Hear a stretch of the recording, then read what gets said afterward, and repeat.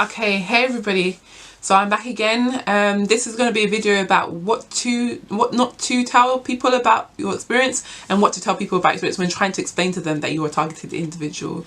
So I'm going to go through the do's and don'ts. So first of all, I'm going to go through the do's. Okay. So the first one is stick to what you can prove. So don't go into things which people won't be able to understand and you can't prove. That would only push people further away from you in terms of understanding. And some of the things that I use to prove that, you know, such things are going on in terms of surveillance, because you want to prove that there is heavy surveillance and that once the technology is available for them to, you know, go into like listen to thoughts, that they would actually use that.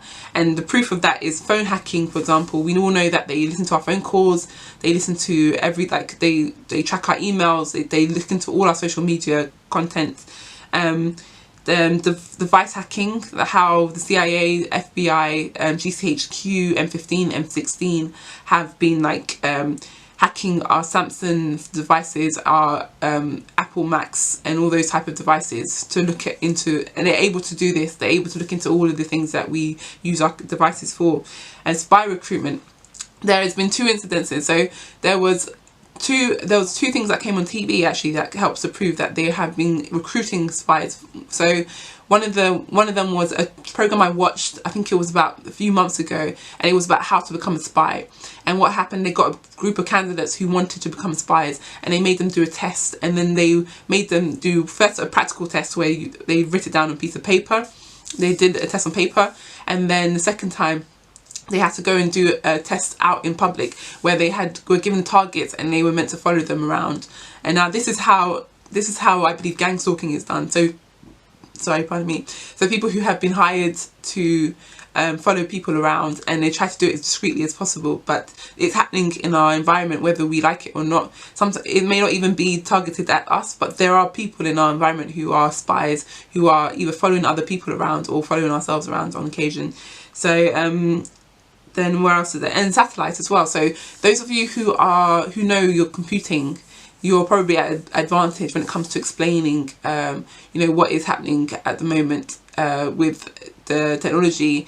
It's all to do with, there's a lot to do with, like, I always use the example of mobile network, and so that's my personal reference, that we're all like mobile devices which are able to be hacked, and I use that as a reference. Those who are into computing may have a better understanding. Those who are into computing and biology may have an even better understanding, and are probably more able to explain the circumstances. Okay, second point is use understandable explanations. So as I just said before, I use the mobile devices because everybody has a mobile and everybody can understand how mobiles are used. And we all know that there's networks which all mobiles are connected to. And I use this as an example of how us as humans are connected. Now there is a new, they're going to be moving us onto 5G, the network 5G. And apparently with this network, they'll be able to connect everybody and every living thing on Earth together, like a mobile network or device network. So yeah, I use those type of examples to explain my situation, explain targeted individuals. Use loads of references. So if you have any information about like where scientists or experiments which have been carried out, if you know the name of different like tempora, for example, one of the projects which is being used, then drop as many names as possible because it makes it more believable.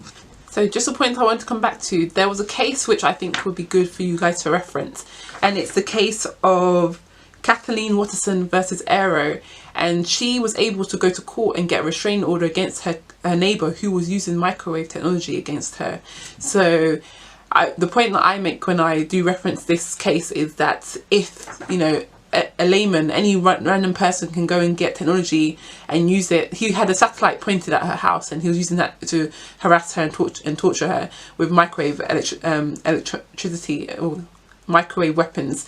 And so if any layman can get it, then of course the government and other agencies would have access to that type of technology, and they would be able to use it. And it's just, would they use it on their civilians or not? That's a question. That's the only question that is left once we find out that there are people using this type of thing.